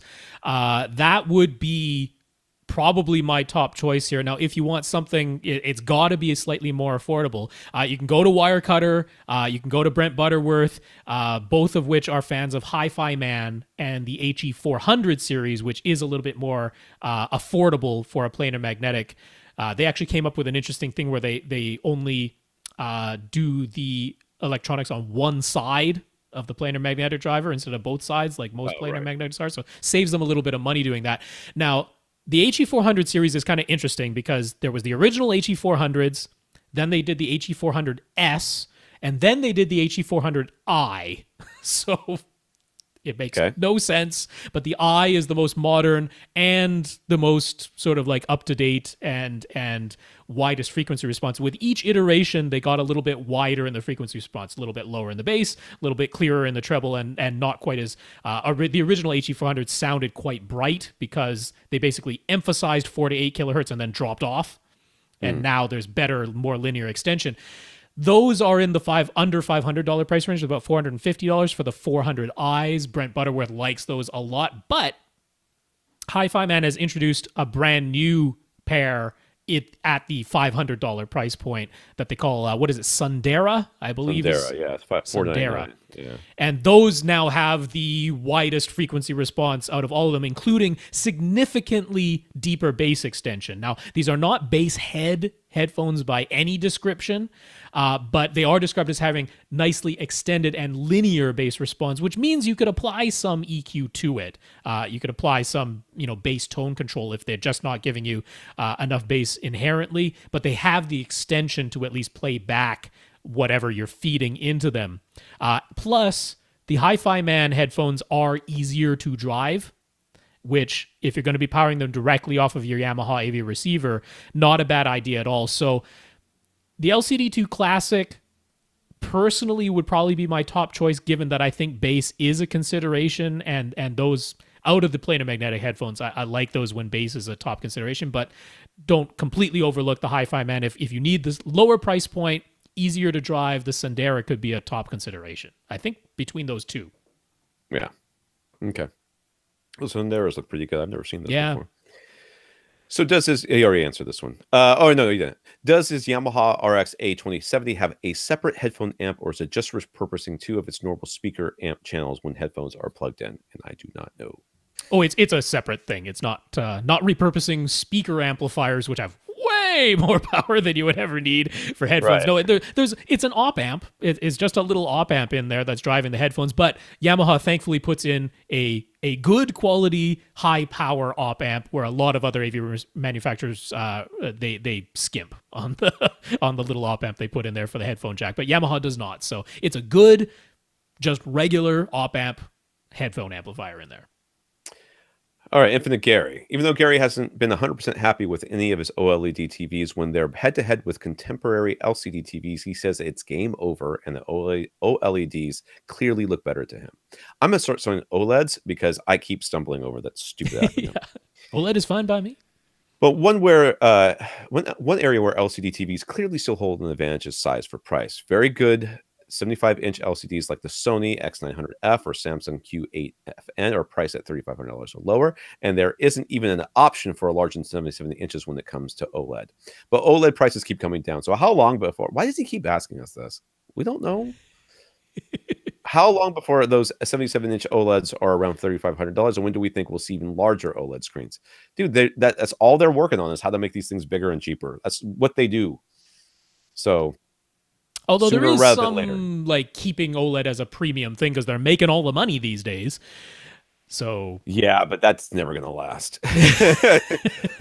and invariably, somebody will come out with something that they're like, "Oh my god, we got to start selling these things before this new tech, before as we're trying to integrate whatever new technology that we can't do right now because 8K OLEDs don't exist, and what are we going to do?" And blah blah blah. So I mean, when are we going to see a larger size than 77? We're gonna see it next year.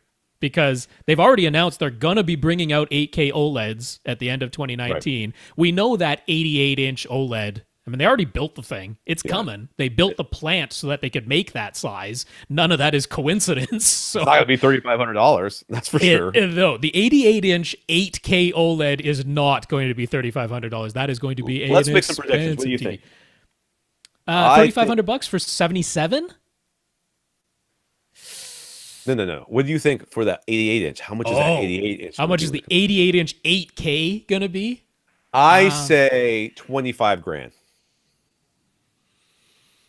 Yeah, let's see. Like Sony's 100-inch LCD was 60,000, now 50,000. I think it'll be below that. Samsung's 85-inch 8K LCD was surprisingly more affordable at $15,000 than we thought, so it'll definitely be more than 15,000. Yeah, I think it'll be less than 50,000.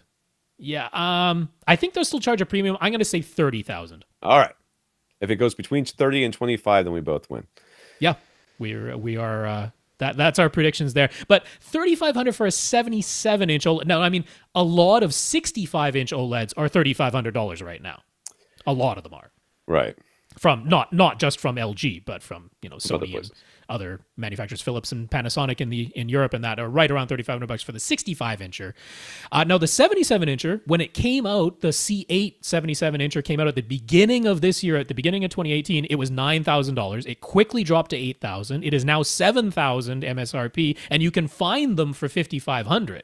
There are people selling them for $5,500, brand new for the 77-incher. So the price erosion on that 77-inch C8 was quite rapid, I think. I mean, from $9,000 to $5,500 in 1 year. I still think we're looking at least a year or two before we see that.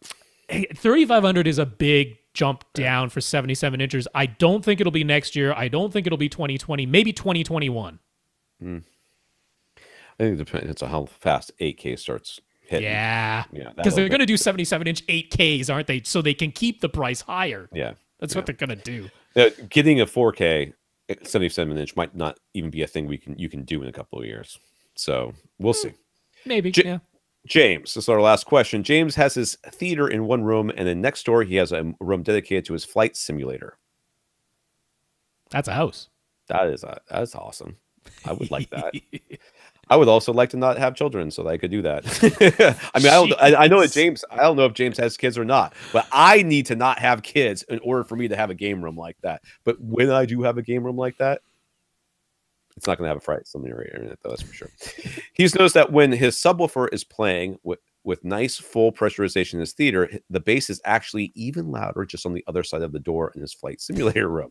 So could there ever be a situation where you purposely have a primary subwoofer in your theater and a secondary sub on the other side of a closed door? What about just two adjoining rooms? Might it ever be a good idea to put one subwoofer in each? Well, okay, so you're talking about loudness, and we've addressed this before when we talk about I talk about my friend's house. How you're in his theater area, and the sub sounds kind of normal, and you go to the bathroom, and it sounds like you're inside the sub. These sorts of things happen. But what you're kind of almost sort of describing is an infinite baffle sub. So putting a subwoofer in a room and then using the door as a resonator. As a resonator is what exactly was what's happening here. Is a passive resonator. It really does sound like that's what's happening with this door. I mean, it sounds like the door itself is activating enough that it is generating sound on the other side there. Yeah. Could you do that? Yes. Would it be easy to predict Ugh. how that would affect your room? Man. No. I'm betting your resonating door is not providing linear frequency response. That's yeah. Well, not only that, but I mean, I mean, could you just imagine? Like, you have to now have 3 rooms dedicated to theater, and 2 of them have nothing but subwoofers in them. I mean, I guess if you put your whole doorway on like a rubber surround, so it out like an actual passive radiator. But I mean, what he's describing is exactly why for like super high-end dedicated theater builds, you have like an airlock system, right? You have 2 doors separated by some airspace with insulation between those 2 doors. So you open one door and you see a big padded space, and then you reach across and open the other door to go through it. It's kind of like that airlock system. This is exactly why. It's to prevent this in terms of sound isolation, having any of this sound on the other side of the closed door. That isn't exactly what most people want when they want the room outside of the theater to be silent. So, but I mean, I don't think I would ever purposely design it that way. There's just literally no reason to ever do this when it's so much easier. Because I mean, how many times have we talked about infinite baffle subs, about how once you build it, you're screwed because you can't move it if it does go around. Now you're talking about moving doorways, and God help you if you change the carpet and suddenly the height of the carpet is different, and that lets more or less air be able to go underneath the door. Now suddenly your subwoofer door is no longer resonates the way it was before. What if it's just 2 adjoining spaces without a door closing them off? I mean, kind of going back to that open doorway thing. Now, I mean, what you have to get your mind around is that you don't have 2 adjoining rooms. You just have one space. You have a space, yeah. You have a space. And so in that case, having your 2 subwoofers, and I purposely included his words of primary and secondary sub, because it isn't. You have one subwoofer in 2 pieces or 4 pieces. Right. That's the way to think of it. They are playing in unison. They're playing in mono. They're just in separate pieces that you can place in different positions around your room, or if you're thinking of it as 2 adjoining rooms, in 2 rooms. But it's just one space, and it is just one sub that happens to be in multiple pieces in multiple places. But that's sort of the way to think of it. So it would absolutely make sense if you've got, I mean, we talk about all the time, the open concept room, or, you know, I've got my living room, but it's completely open to the dining room and the kitchen next to it. That's all one space. And in fact, we've sometimes joked about, ideally, you would have a sub in the kitchen, because that would get the 2 subs across the space from each other, as opposed to just across the designated theater area. So let's pretend you had 3 bedrooms side by side with the doors in between them. Right. The doors were like right across the room from each other. I guess that doesn't really matter, but let's pretend that they are right in the middle of the side walls of the middle room. So, those doorways don't have doors in them. It's just openings. Right. Yeah. So if you put one sub, you could put one sub in the middle of your front wall and your back wall in your theater area, if your theater area was in the middle. Yeah. But if your theater area was in either of the 2 side rooms, you would still want to put your subs in the front wall and back wall of the middle room. Okay. Or you could put them on the middle of the 2 side walls, one in the far left room, one in the far right room. Or in the opposing corners in the far left and right rooms. That's kind of true, yeah. It's all that's where it should work. Room. Yeah. And I know that doesn't make sense when you think about it, but when you're kind of envisioning and when it is open doorways and not literally no wall at all, the wave pattern does change somewhat as it goes through that doorway and propagates out and makes different wave patterns. But mathematically speaking, we're talking about midpoints of walls in rectangular spaces. That's what we're talking about, yeah. So yeah, I wouldn't put it on the opposite side of a closed door and try to use that as my passive radiator. Nope. Purposely, I would never do that. It might be a byproduct of something, but that would not be my design. No.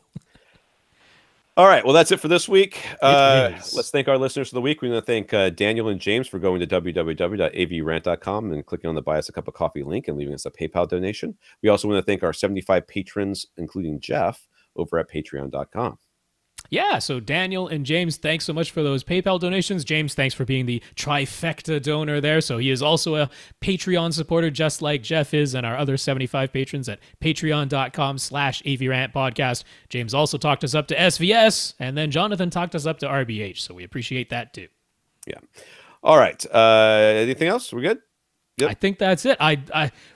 For anyone watching the YouTube video, we apologize for the way this turned out. Hopefully, we'll have things sorted somehow by next week. We'll see. Windows. All right. For AV Rant, I'm Tom Andry. And I'm Rob H. Now go out and listen to something.